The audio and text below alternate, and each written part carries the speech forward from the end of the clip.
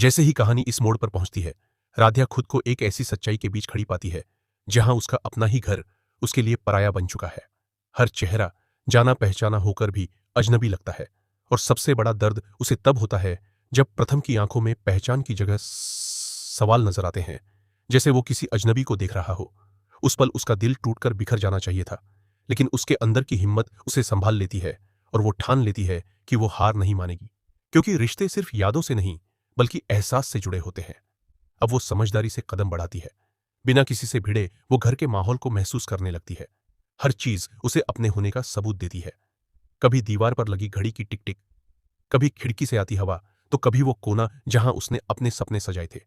तभी उसकी नजर एक पुरानी तस्वीर पर जाती है जिसमें सब लोग साफ दिख रहे होते हैं, लेकिन एक हिस्सा हल्का धुंधला है, जैसे किसी की मौजूदगी मिटा दी गई हो। और जैसे ही राधिया उस तस्वीर को छूती है, एक पल के लिए उसकी खुद की छवि उभरती है जो उसे इशारा देती है कि समय पूरी तरह उसके खिलाफ नहीं हुआ है। यही समझकर वो धीरे धीरे सबकी यादों को छूने का रास्ता चुनती है। वो किचन में जाकर वही खाना बनाती है जिसकी खुशबू कभी इस घर की पहचान हुआ करती थी। और जैसे ही वो महक फैलती है, माँ अनजाने में ठहर जाती है, जैसे दिल कुछ पहचानने की कोशिश कर रहा हो। दूसरी तरफ प्रथम भी उस खुशबू से खींचकर वहां पहुंच जाता है।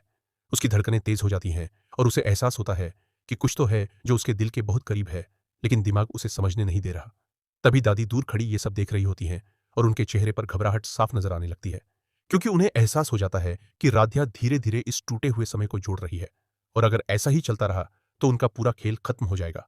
इसलिए वो तुरंत अपने कमरे में जाकर उस शक्ति को दोबारा जगाने की कोशिश करती है जिससे उन्होंने ये सब शुरू किया था। लेकिन इस बार सब कुछ वैसा नहीं होता। मंत्र अधूरे पड़ जाते हैं, आवाज कांपने लगती है और माहौल में वही ताकत महसूस नहीं होती, जैसे समय अब उनके नियंत्रण से बाहर जा चुका हो। उधर राध्या को अचानक वो रेत की घड़ी मिल जाती है जो इस पूरे खेल की जड़ है, और जैसे ही वो उसे अपने हाथों में पकड़ती है, उसके अंदर एक अजीब सी ऊर्जा दौड़ जाती है। उसके सामने सब कुछ साफ होने लगता है। उसे समझ आता है कि अगर उसे सब कुछ वापस लाना है तो उसे उसी पल तक जाना होगा जहां से ये सब बिगड़ा था। लेकिन ये रास्ता आसान नहीं है, क्योंकि इसमें एक बड़ी कीमत चुकानी पड़ेगी। फिर भी वो पीछे हटने वालों में से नहीं है। वो धीरे धीरे अपने हर कदम से घर वालों के दिल को छूने लगती है। वो वही चूड़ियां पहनती है जिनकी आवाज कभी इस घर की पहचान थी, और जैसे ही उनकी खनक गूंजती है, प्रथम अचानक ठिठक जाता है। उसकी आंखों के सामने कुछ अधूरी यादें चमकती हैं, जैसे कोई नाम उसके दिल में दस्तक दे रहा हो और उसके होठों से अनजाने में निकलता है, रा। और उसी पल माहौल में एक हलचल सी होने लगती है, जैसे समय खुद हिलने लगा हो। मां की आंखों में बिना वजह आंसू भर आते हैं। पापा खामोश हो जाते हैं और घर में एक अनजाना खालीपन भरने लगता है। लेकिन दादी अब पूरी तरह डर चुकी हैं। उन्हें महसूस हो जाता है कि अगर उन्होंने अब भी कुछ नहीं किया तो सब कुछ उनके हाथ से निकल जाएगा। इसलिए वो आखिरी बार उस ताकत को बुलाने की कोशिश करती हैं। लेकिन इस बार एक भारी आवाज गूंजती है जो चेतावनी देती है कि समय के साथ छेड़छाड़ की सजा मिलती है। और यहीं से कहानी अपने सबसे बड़े फैसले की तरफ बढ़ती है, जहां राधिया मंदिर पहुंचकर आंखें बंद करती है। रेत की घड़ी उसके हाथों में चमकने लगती है, हवा तेज हो जाती है और अगले ही पल सब कुछ ठहर जाता है। समय, लोग, सांसें, जैसे पूरी दुनिया उसके फैसले का इंतजार कर रही हो, क्योंकि अब जो होगा वही तय करेगा कि वो अपने परिवार को वापस पा पाएगी या हमेशा के लिए उनसे दूर हो जाएगी। अब आगे कहानी वहीं से शुरू होती है जहां समय पूरी तरह थम चुका होता है। हवा रुकी हुई, लोग एक ही पल में जमे हुए और पूरे माहौल में एक अजीब सा सन्नाटा पसरा हुआ होता है।